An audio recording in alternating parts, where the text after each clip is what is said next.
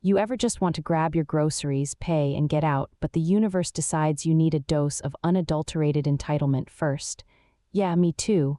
This happened last week, and honestly, my blood pressure still hasn't quite forgiven me. So it was my usual Saturday morning food haul.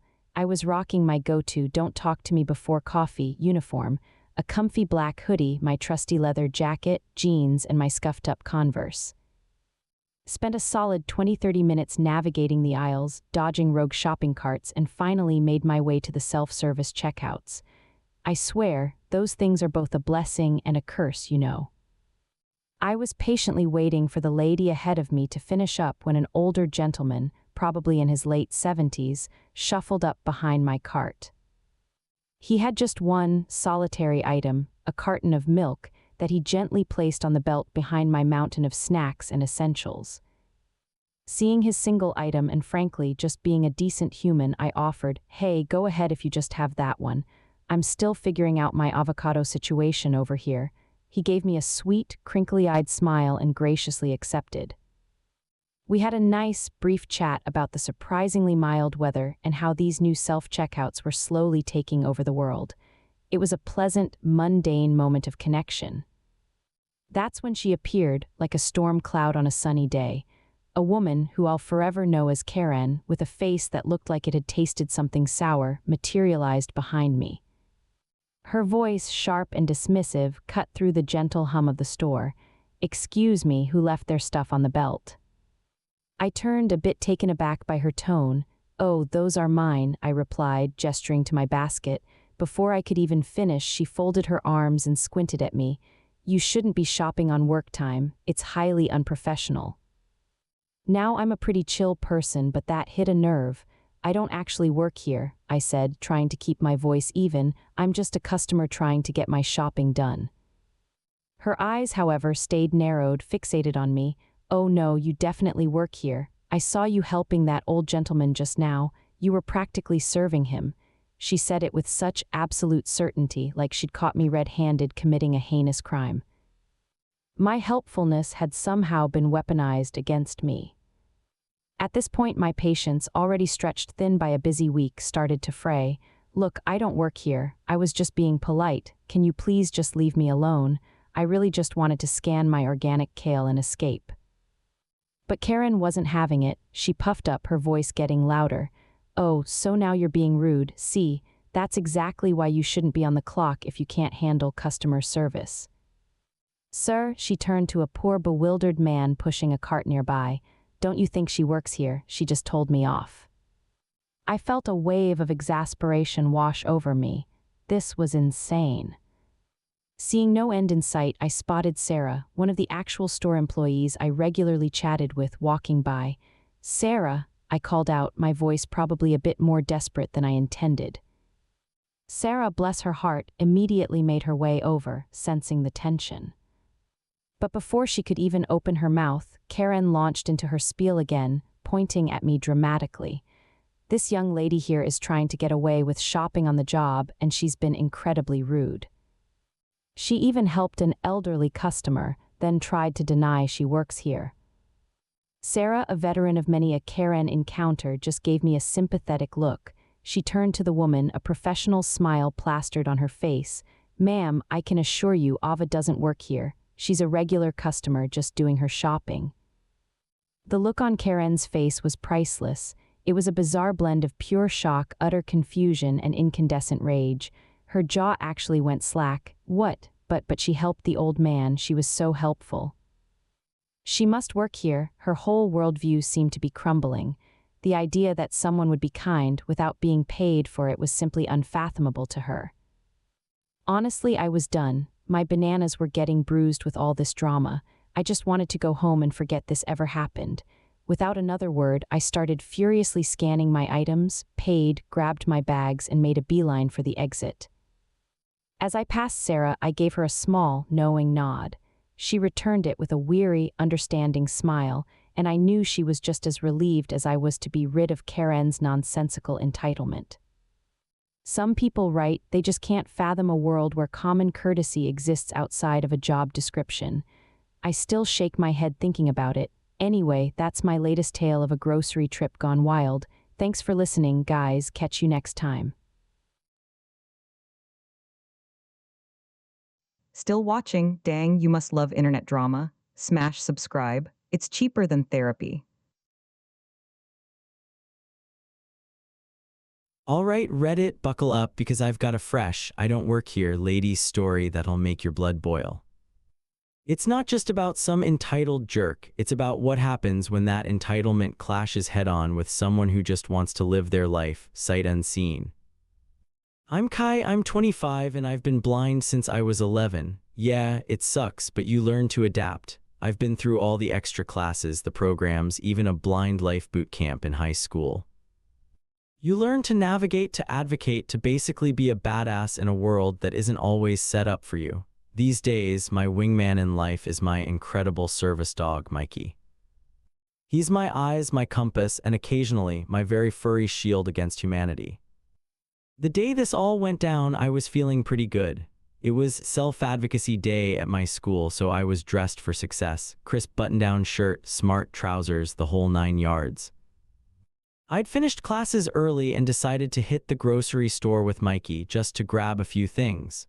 We were gliding through the aisles, Mikey leading me expertly, the familiar hum of the fluorescent lights and the scent of fresh produce guiding me along.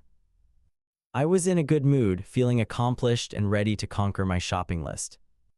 That's when I felt it, a sudden, jarring grip on my wrist. It was tight, aggressive, and completely unexpected.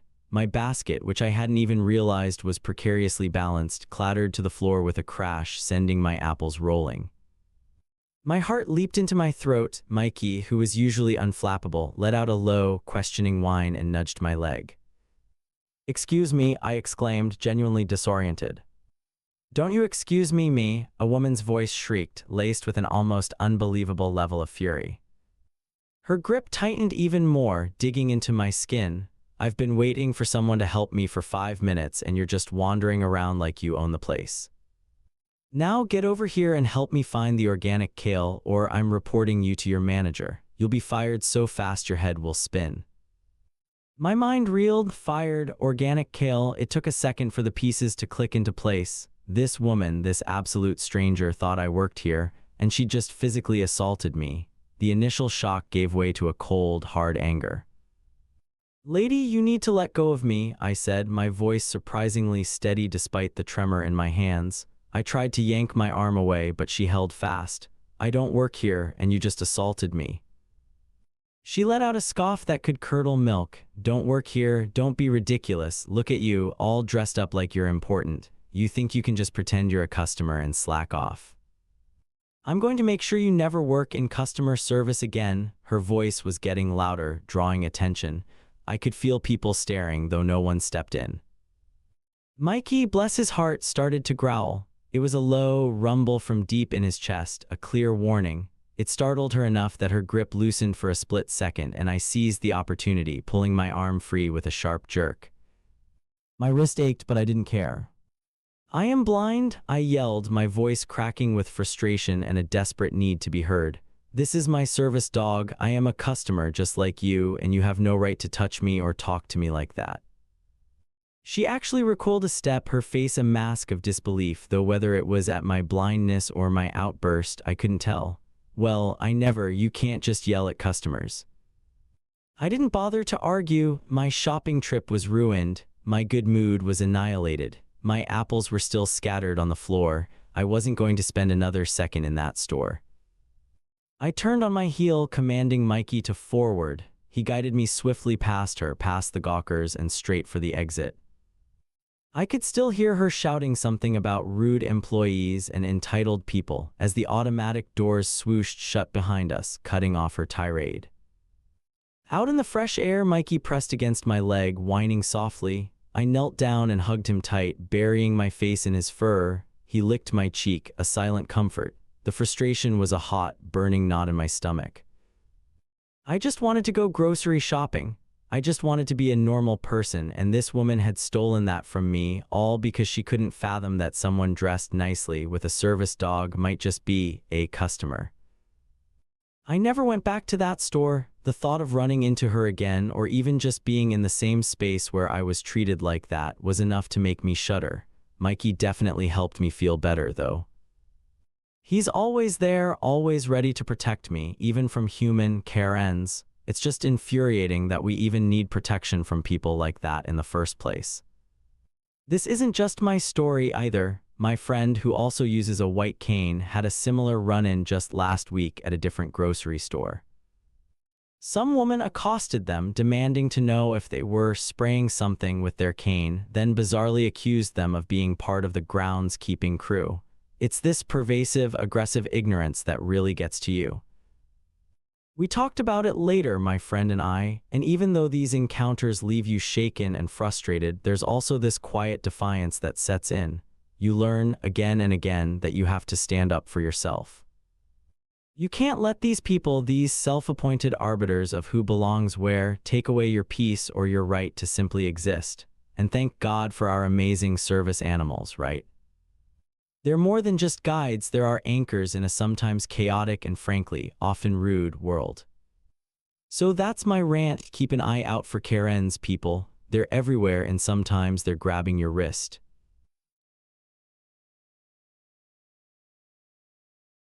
You know how everyone talks about the magic of Christmas? The cheer, the goodwill, the general feeling that the world just smells like pine and possibility. Yeah, well, for me, this past Christmas Day started with a dull ache in my stomach and ended with the sickening crack of my own collarbone. And it was all thanks to a woman who just couldn't grasp the simple concept of, "I don't work here right now." So picture this, it's Christmas morning, bright and early for most, but I've been at the movie theater since 8:30 a.m. My shift runs until 4 p.m. and honestly, I'm already running on fumes. I pull double duty. See, I'm a trainer at the theater, but my other gig is assistant manager at a frozen yogurt shop, which means long hours, often back-to-back, and today, that holiday grind was really getting to me. I was starving, genuinely lightheaded, and even the thought of the usual bar food I'd been ordering daily made my stomach churn. I just needed a minute, a breath, a quiet corner to myself. My stomach was rumbling like a distant thunderstorm as I made my way towards the stairwell door, my sacred escape hatch for a quick break. I was practically dreaming of 5 minutes of peace when a voice, sharp as an icicle, sliced through the air. "Excuse me, where are you going?" I turned, already bracing myself because that tone rarely means anything good. There she was, a woman practically shimmering in her holiday best, all glitter and bows, looking like she'd just stepped off a Christmas card. Except her expression was pure Grinch. She was pointing a perfectly manicured, crimson-tipped nail directly at me, jabbing it like she was trying to pierce my soul. "Ma'am," I said, trying to keep my voice even despite the gnawing hunger and exhaustion, "I'm actually on my break right now. I can't help you." Her eyes narrowed. "I don't give an F, you will serve me," she shrieked, her voice echoing a little too loudly in the lobby. I took a deep breath. "Look, I understand you're upset, but I'm literally clocking out for my break. I can't take orders or assist with anything. You'll need to speak to one of my colleagues up front." I tried to gesture vaguely towards the box office, just wanting to escape. But she wasn't having it. She stepped right into my personal space, practically nose to nose, her breath hot and smelling faintly of cinnamon and righteous indignation. "Don't you dare tell me what I need to do. You're an employee, you serve the customers." Her voice was shrill and I could feel my heart rate quicken. A little scared? Yeah, definitely. This wasn't just an annoyed customer. This was a full-on rage monster in a sparkly sweater. Just as I was trying to figure out how to extricate myself without causing a full-blown scene, a new voice cut in, deeper, more menacing. "My wife said you were refusing her service." I looked over her shoulder to see a man, her husband presumably, towering over me. He had that same angry, entitled glint in his eyes. "Sir, I just explained to your wife that I'm on my break. I'm literally going off duty for a few minutes. I can't help her right now." He didn't even let me finish. "Doesn't matter, she's a paying customer, you help her now." Before I could even react, before I could process the sudden shift in his demeanor, he lunged. A meaty hand shot out, gripped the back of my shirt and yanked. Hard. One moment I was standing, trying to reason with an unreasonable couple. The next, I was flying backward, completely off balance, my head snapping back. My back hit the tiled floor with a sickening thud, and then the world went white-hot as a searing pain shot through my shoulder. I heard a distinct crack. My collarbone, I knew it instantly. It felt like someone had taken a sledgehammer to me. Everything after that was a blur of noise and pain. I vaguely remember a security guard, bless his quick reflexes, tackling the husband. Other people rushing over, shouting a chorus of "What the hell?" and "Are you okay?" ringing in my ears as I lay there, gasping, trying to make sense of the agony radiating from my shoulder.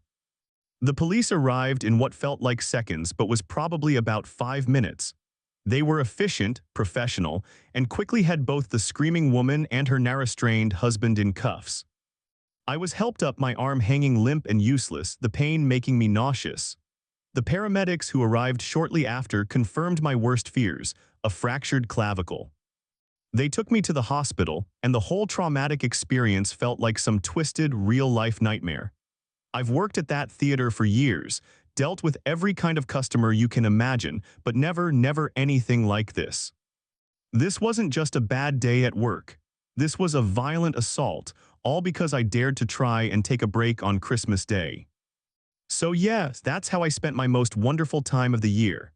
Not with family, not with food, but on a hospital gurney, nursing a broken bone and a shattered sense of security. I genuinely hope your holidays were a hell of a lot better than mine. And if you're ever working on a holiday, or any day for that matter, just remember, you never know when someone's holiday spirit will turn into pure, unadulterated rage. Stay safe out there, folks. Roll right into the next one. It's waiting for you.